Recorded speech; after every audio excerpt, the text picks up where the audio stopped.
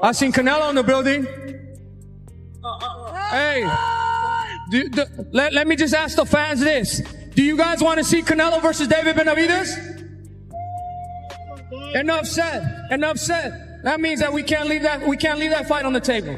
You know what I mean? Whatever. I have respect for Canelo. He's a great champion, but I'm a great champion too. Let's do it. Do you believe it's realistic? I don't know, man. I mean, I don't know. You've been through this many times. I mean, I'm still champion at 175. I'm champion at 200 and 175. So they want to come get it at 175. Let's get it at 175. So, what did you make of David Benavidez's performance against Zurdo and him calling you out after that fight? Yeah, I think every single boxer for any division, they calling me out. So it's something, it's nothing new for me. But he did good in the fight. Are you surprised after all these years he's still calling you names and looking to get that fight, even with him boxing as high as cruiserweight?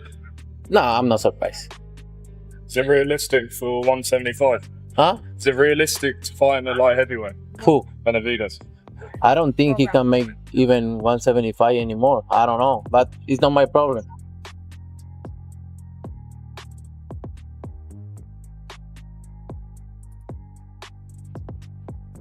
And how have you been? You're coming back, Canelo. Really? Talk to us about the matchup. How excited are you to come back? I'm excited to be a champion again. And McBeal is a hard fighter, so it's gonna be a good fight. I think the styles makes a good fight. And we're leaving before the main event. You're leaving before the main event. Why? You don't want to I just come to see Jaime Munguia. That's it. Canelo was here and he left before the main event. What's your thoughts on that? No, bro. I don't really know what to say about that. You're good. Be safe, sir. They're coming again. He had all the cards. He fucked that up. He got beat by Crawford. Now I got the cards. I got the WBC light heavyweight championship. You know what I mean? So now, if a fight's gonna be made, you know, he has to come to me. We have to make the fight at 175. I'm not going down to 168. Yeah. And you know, so there's still, you know, there's still a lot of life in that fight right there.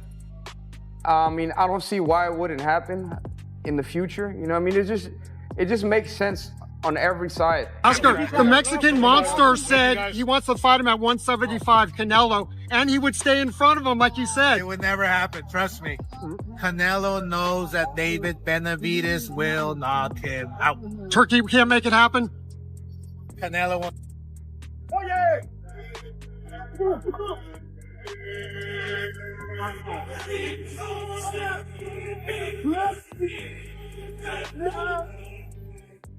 Picture being one of boxing's biggest superstars, a pound-for-pound great with an incredible resume, yet choosing to leave an arena through a side exit just to avoid being anywhere near your most dangerous rival.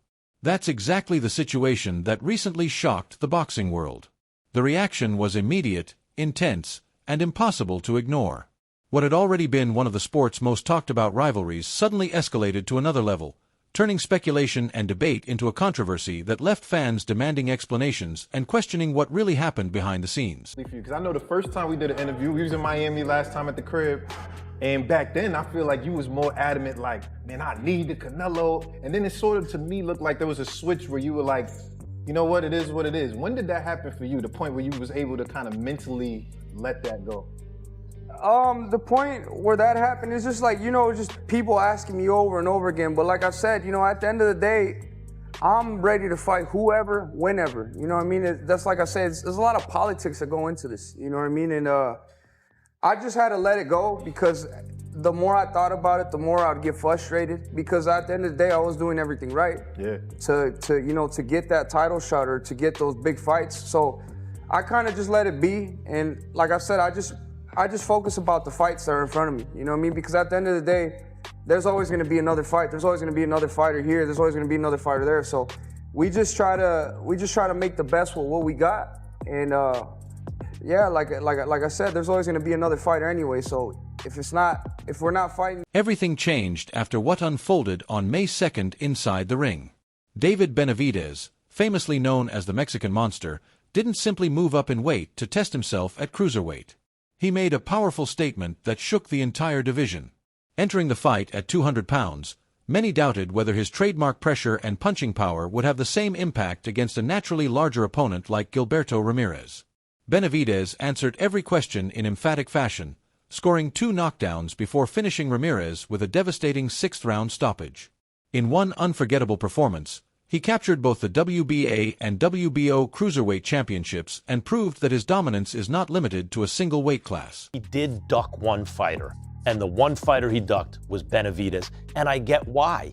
Benavidez is huge. It come across Benavidez wanted to fight Canelo when Canelo was at a level where if you're mean to me or if you disrespect me in promo trying to fight me, I'm not going to fight you. That was really made me feel bad for Benavidez because it come across like, well, hold on, I'm out here trying to get a fight. I don't want to be your friend. Like, you know what I mean? Whatever it is I have to do, insult you. I'm old school. I'm chasing a fight. So I would say in that way, but you can't overlook the history of Canelo because he's a Hall of Famer. He is a legend. He did accomplish everything. But I think him not fighting Benavidez, it will always leave a bad taste in us, in our mouths. You know what I mean? That fight didn't take place. Yeah, look, everyone knows I'm a Canelo supporter, and I am for good reason. He's done so much for this sport. He's one of the all-time greats. But yes, there is no defensible reason to have not fought David Benavidez. A couple of years from now, I think legacy, I don't think it'll be tarnished. You know, I think Canelo's legacy is cemented. So like Malik said, yes, you can have a gripe, rightfully so, with him not fighting Benavidez. But you look at Canelo fighting Dimitri Bivol at 175, and even Arizona Lara, Austin Trout. I'm going to give him a pass here and say that his legacy will not. However, the biggest talking point of the evening wasn't what happened inside the ropes. It was what occurred away from the ring. Canelo Alvarez was present at ringside, attending the event to support his stablemate Jamie Munguia earlier on the card. But shortly after Munguia's fight concluded, Canelo reportedly made a surprising and rapid exit from the venue. According to reports and videos shared by fans, he headed directly to his vehicle and left before David Benavidez even began making his walk to the ring. Reports also suggested that he had no interest in staying to watch Benavidez compete. Unsurprisingly, the situation immediately ignited debate, with many fans viewing it as further evidence of Canelo's reluctance to engage with his most persistent challenger. Canelo Alvarez was here. I got to talk to Canelo Alvarez after the... Hey, you know where the press conference would be? Where do they have him here? Probably in the... Yeah, I'm all right. Okay. Probably in the ring. Okay. Yeah. Canelo, yeah. Canelo Alvarez was here, you know. He told me he wasn't interested in staying for the main event, that he only came Well, to see thank how God he he left. and took off. Thank God he left, because otherwise he would have gotten really scared, you know. With that kind of performance, I would leave too, you know. But you know, to be honest with you, David's a cruiserweight champion now, a 3-division champion, you know. When Canelo was later asked about leaving early, his comments did little to quiet the controversy. Rather than congratulating Benavidez on his impressive victory, he downplayed the performance and criticized his rival. Canelo described Benavidez as a fighter who benefits largely from having physical size advantages over many of his opponents. He also dismissed the idea that a genuine rivalry exists between them, pointing instead to his own accomplishments and Hall of Fame caliber resume. From Canelo's perspective, Benavidez has not yet achieved enough in the sport to be compared with everything he has already accomplished throughout his legendary career. We know you have talked about the Bivol rematch next, but you've also said you hope Ramirez wins that fight. And if Ramirez wins that fight, you don't want to fight him because you're both Mexican. So at 68, you know, the best fight looks like you and Benavidez. He's born in America. He's half Ecuadorian. So does he count as Mexican, or that fight can happen if you know, in the future? I don't know. Anything can happen, you know. But that won't be a reason why I can hold it up that he's Mexican. That like when I guys, always I say this, you share that video and put whatever you want. When I say I don't want to fight Mexican, it's because I represent Mexico, and that's why. But I don't care. I fight anybody, and I fight all my entire life anybody. What do you think? I don't want to fight with one Mexico or Benavidez. But look, I hear his dad talking a lot of shit. But look, he's accomplished nothing. One single champion. Canelo also suggested that Benavidez's continued pursuit of the fight is motivated more by financial rewards than by legacy. According to him, the attraction of facing one of boxing's biggest stars comes largely from the massive payday and career-changing opportunities attached to the matchup. When questioned about whether his position as champion creates a responsibility to face the division's leading contender, Canelo showed little concern for the criticism. He firmly rejected the argument and insisted that his years of success have earned him the right to choose his own path. His stance was clear: After building one of the most accomplished careers in modern boxing, he believes nobody should be able to dictate what he does next. His performance against Zurdo and him calling you out after that fight. Yeah, I think every single boxer for any division, they calling me out. So it's something, it's nothing new for me that. But he did good in the fight. Are you surprised after all these years he's still calling you names and looking to get that fight, even with him boxing as high as cruiserweight? No, I'm not surprised. Is it realistic for 175? Huh? Is it realistic to fight in a light heavyweight? Who? Benavidez. I don't think he can make even 175 anymore. The response from the boxing community was immediate and widespread. Across social media, boxing forums, and fan discussions, criticism toward Canelo intensified rapidly. Viral posts and memes flooded the internet, mocking his early exit and fueling the growing belief that he wanted no part of witnessing Benavidez's dominant display. The debate only intensified when respected figures within the sport joined the conversation. Oscar de la Hoya openly challenged Canelo's explanation, arguing that the situation speaks for itself. He even suggested that Canelo fully understands the threat Benavidez represents and fears the outcome of such a fight. As the controversy continued to grow, accusations of ducking became a major topic of discussion, with many fans arguing that if Canelo refuses to face the division's top challenger, he should vacate his super middleweight titles and allow the division to move forward. That's to fight him at 175, Canelo, and he would stay in front of him, like you said. It would never happen, trust me. Canelo knows that David Benavidez will knock him out. Turkey can't make it happen? Beyond the social media jokes and growing criticism, a much deeper conversation has started surrounding Canelo Alvarez's long-term condition as a fighter. Some analysts believe the issue extends beyond opponent selection and instead reflects the natural effects of a long career at the elite level. Among the most vocal critics has been Jose Benavidez Sr., who argues that Canelo may be approaching the final stages of his dominance. In his view, the qualities that once separated Canelo from nearly everyone else, his explosive reflexes, quick hands, defensive awareness, and fluid movement, are no longer operating at the same level. Benavidez Sr. believes that years of high-level competition and accumulated wear could make it increasingly difficult for Canelo to withstand the kind of relentless 12-round pressure that championship boxing demands. Canelo announcing his fight with Billy this weekend. Yeah, what do you think about him announcing his fight with Billy? What do you think about the fight itself? I don't like the fight. Come on, I mean, and Billy, come on. I just don't like the fight, especially if it's not going to be here in the U.S. Again, we have to watch a fight at 9 a.m. I'm just not a fan of that, you know. I would have loved Canelo to fight here in Vegas in September, you know, with all his fans, you know, cheering him on. That's what fight fans want to experience, you know, big events. The fighter wants to have thousands of people cheering him on, and so it's, I don't know. I think if you think about it, look, every fighter has its peak, and then you start to, you know, see the exit clear. And you know, Canelo's, you know, Canelo is right there. You know, he's a few fights away from retirement. So I don't blame him for taking the money and running. I don't blame him. I mean, smart guy, but I do feel that he has a few good fights left in him against great. Those concerns have only intensified as discussions about a potential showdown with the Mexican monster continue to dominate headlines.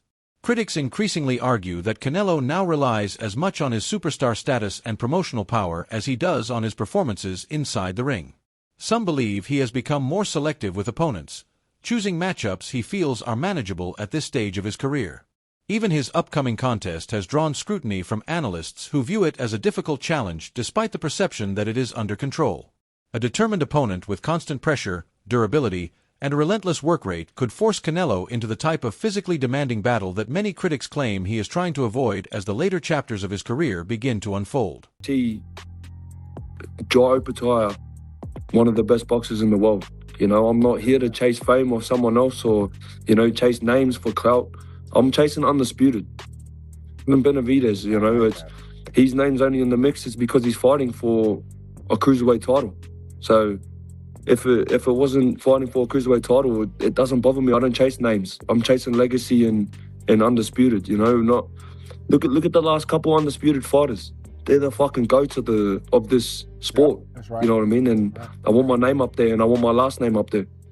Man, Josh, I like that. Josh mean business though. That's why we love you in the Yeah. States. So you talk about having fans in the States. I'm one of them. I want to ask this though, but how realistic is the fight with David Benavidez? Because it's like we're trying to always, pick the right fights, right? And I think like even the Canelo versus Terrence Crawford, somehow they found that fight out where they both are the GOATs type. Terrence Crawford wins, now he's even up here. Look at Teofimo and Shakur Stevenson, right? Really great fighters. But after that one with Shakur, now he's looked at as one of the pound-for-pound guys. I think you're still in that boat where we all think you're a special fighter, right? But it's going to take that one fight to put you over that next hump. And is it realistic to see that against David Benavidez?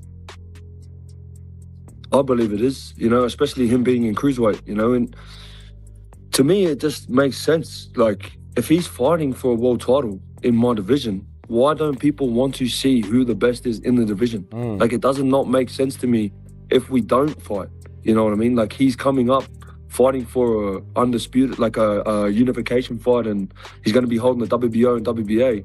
It just doesn't make sense. With hopes of a Benavidez-Canelo clash appearing increasingly uncertain, a new and dangerous challenger has entered the picture and changed the conversation entirely.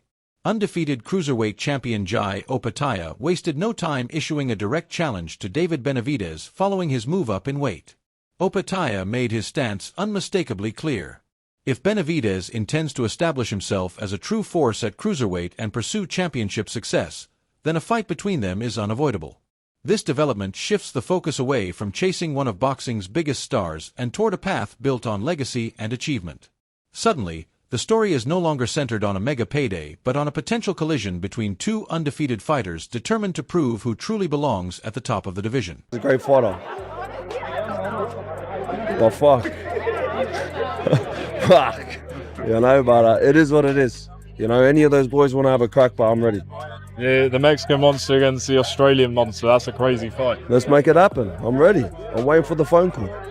How would you, not to give anything away because the fight could happen sooner than later, but how would you see a fight between you and Benavidez going? Would it be toe-to-toe battle? I don't know. He's never fought no one like me. You know what I mean? He bashed the shit out of this guy that just stood right in front of him. You know what I mean? A fight between David Benavidez and Jai Opetaia would present a brutally difficult challenge for both men.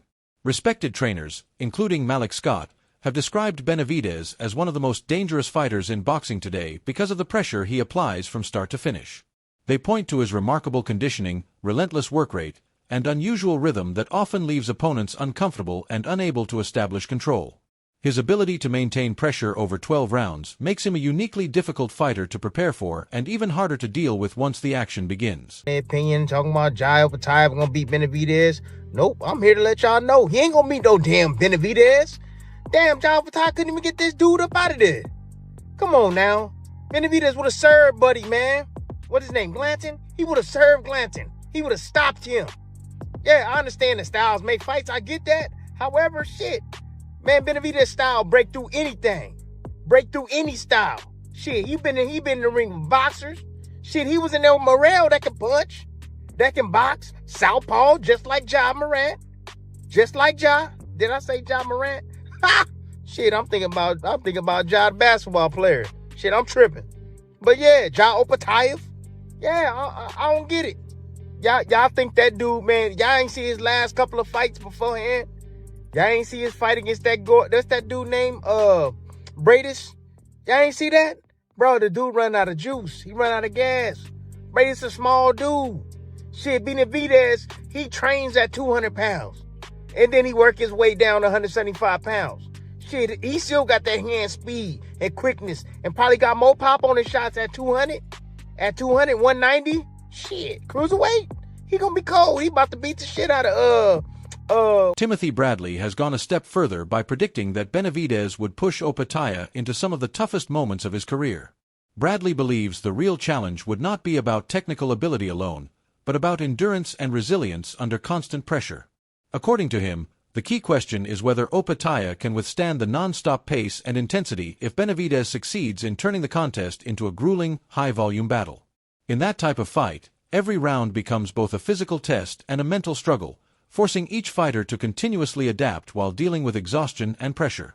Jai, I'm not saying like is the favorite, but when I hear David going to 200 and fighting Jai up a time, I'm like, oof, oof. Yeah. So is it, you say 50-50 and you don't have to like lean or predict, but what is it that, what makes it dangerous for David? Because I know that Jai can't sit in front of David all night, but if David can't really like plan it or get him situated, is it one of those nights where we're going to see a masterclass like performance? If anybody, yes. So let's stick to the Jai Obata and David Benavidez, right? If Jai can use his feet collectively, stay out the way. I've seen fights with him where he lasts a whole 12 rounds continually moving after getting dropped or hurt. You know what I'm saying? So he has the ability with his legs, right? If you can continually make David have to reach for you because he can't simply walk to you and get the shots off, then he's going to have a problem. Why? Because he's going to take chances, right? Now, Jai doesn't have the jab that I want him to have, and that's really going to set up the big shots because it blinds a lot of, you got to blind him with that jab. Keep that jab in his face, making it hard for him to see the shots coming after. And if you can keep that distance and cause him to have to take chances to land those shots, then David is going to have the problem. So Jai has the feet, he has the ability. He put the right game plan together, he's going to beat David. If he doesn't put the right game plan together, David's going to beat him, right? Both of these guys go for 12 rounds strong. I'm amazed by David Benavidez' energy, man. His last fight against Anthony, I'm just like, man, this dude is like a damn robot. Damn, this boy can go. He is full of energy, man. But he's technically flawed. David has no feet whatsoever. The bigger picture may represent a significant shift in boxing's balance of power. David Benavidez appears to have moved beyond the need to chase opportunities at super middleweight and now finds himself positioned in one of the sport's most dangerous divisions. If he accepts major challenges at cruiserweight and succeeds against elite opponents such as Jai Opataya, the conversation surrounding Canelo Alvarez could change dramatically. That early departure from the T-Mobile Arena would no longer be viewed as a minor incident or coincidence. Instead, some fans might remember it as a symbolic moment in the ongoing rivalry debate. Whether people see it as strategy, avoidance, or simply a matter of circumstance remains a topic of fierce discussion. One thing is certain, the debate continues to divide boxing fans everywhere. What do you think? Was Canelo truly avoiding David Benavidez, or has the situation been exaggerated by public perception? Share your thoughts below, and if you enjoyed this breakdown, be sure to like, subscribe, and turn on notifications so you never miss the next update.